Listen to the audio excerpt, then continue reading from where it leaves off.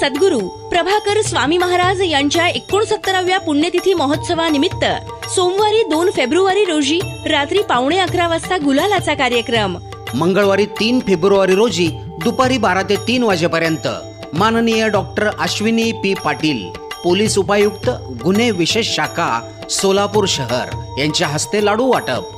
आणि बुधवारी 4 फेब्रुवारी रोजी माननीय श्री एम राजकुमार, पोलीस आयुक्त सोलापूर यांच्या हस्ते पूजा होऊन सकाळी 11 ते रात्री 9 वाजेपर्यंत रथाची मिरवणूक निघेल.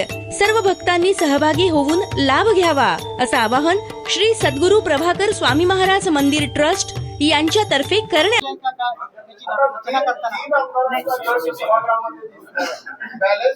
मी गट नेता, सर्व गटाचा मी नेता आहे. निश्चितपणे नसणार आहे. सर्वजण भारतीय जनता पार्टीचा प्रत्येक नगरसेवक विकासासाठी काम करत आणि विकास म्हणून काम करत. माझी आपल्या सर्व पत्रकारांना एक विनंती आहे की याला गटबाजी किंवा या विषयावर न भरकटता, याच्यातले बहुतांश नगरसेवक हे नवीन आहेत. आपण सगळ्यांना माझी विनंती आहे की या सगळ्यांना आपण विकासाच्या दिशेने नेण्यासाठी वारंवार विकासाचे प्रश्न विचारावेत. विकासाच्या दिशेने चालण्यासाठी काय करावं या सगळ्याचं मार्गदर्शन आपल्याकडे.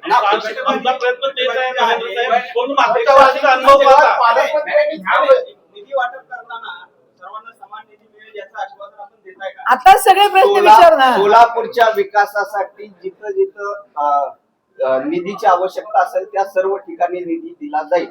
44 नगरसेवक हे नवीन आहेत, त्याच्यामध्ये सभागृहांनी काळे आहेत.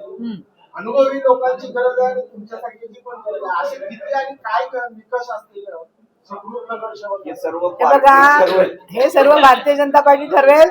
आज आपण महापौर उपमहापौर पदाच्या उमेदवारीबद्दल बोलू. परत आपण वारंवार भेटणारच आहोत. त्यावेळेला वेळोवेळी उत्तर देऊ. 2.5 वर्षाचा फॉर्म्युला आपण अनेक वर्ष पाळताना दिसतोय. आत्ताची निवड 2.5 वर्षांसाठीची असेल की 5 वर्षांसाठी पूर्ण असेल? मी मगाशी या प्रश्नाचं उत्तर दिलंय आपल्याला की त्याच्यामध्ये काही जर बदल करायचा असेल, माननीय प्रदेश अध्यक्ष यांना विचारून त्यांची कन्सेंट घेऊन यामध्ये काही बदल करायचा असेल तर त्याप्रमाणे आम्ही ठरवू. महापालिकेची परंपरा आहे. यापूर्वी सुद्धा अनेक जणांनी 1 वर्षाचा प्रयत्न केला होता. विद्यमान महापौरांनी तो नाकारला होता. असं काय महापौरांचा राजीनामा आता घेतला का तुम्ही? असं काही आम्ही आता राजीनामा वगैरे घेतला नाही. माननीय प्रदेश अध्यक्ष रवींद्रदादा चव्हाण यांना विचारून पक्षाच्या आदेशानुसार आम्ही कामकाज करू. यापूर्वी पण आदेश होते तरी दोन मागे काय झालं याच्यापेक्षा आता काय पुढे होणार आहे याच्याकडे लक्ष देऊ दादा. आपण कुठं म्हणले 1 वर्षासाठी 2 वर्षासाठी? सभागृहामध्ये कुठलंही आव्हान नाही. 87 नगरसेवक हे एकमुखाने सोलापूरच्या विकासासाठी काम करतील हे मी आपल्या माध्यमातून या सोलापूरच्या सर्व जनतेला आश्वस्त करतो. हे सगळे निर्णय असतील ते भारतीय जनता पार्टीच्या कोर कमिटीत होतील. विकेंद्रीकरण होत नाही. कोर कमिटीचे जे प्रकार आहे म्हणजे इथली कोर कमिटी, वरची कोर कमिटी या दोन्हीचा समन्वय होऊन हे सर्व निर्णय होतात. बजेट आम्ही ठरवायला समर्थ आहे की इथं. सक्षम आहे, पण विरोधी पक्ष तेवढाच महत्वाचा आहे. विरोधी पक्ष नेता होण्याच्या संदर्भात काही अडचणी आहेत का?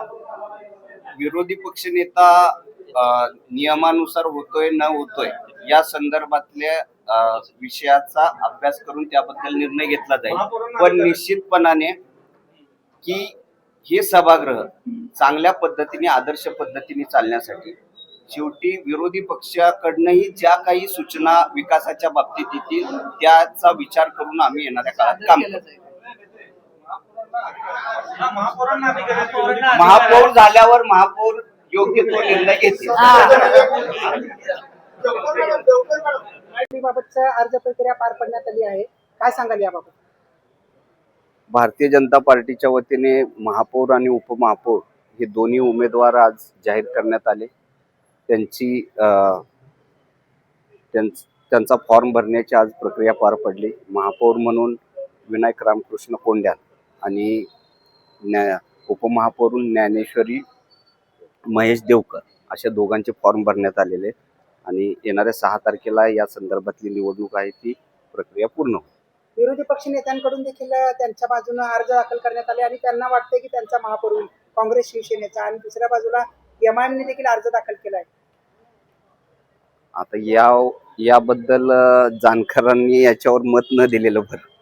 त्यांचं म्हणणं असेल की तुमच्याकडे व्हीप जारी करावा लागतो, नगरसेवकांना बंदोबस्तामध्ये आणावं लागतंय, एवढे 87 नगरसेवक निवडून येऊन देखील कुठलाही नगरसेवक बंदोबस्तात आलेला नाही. कुणीही या संपलेल्या पक्षांबरोबर जायला इच्छुक नाही. सर्वच्या सर्व 87 नगरसेवक हे भारतीय जनता पार्टी बरोबर राहतील.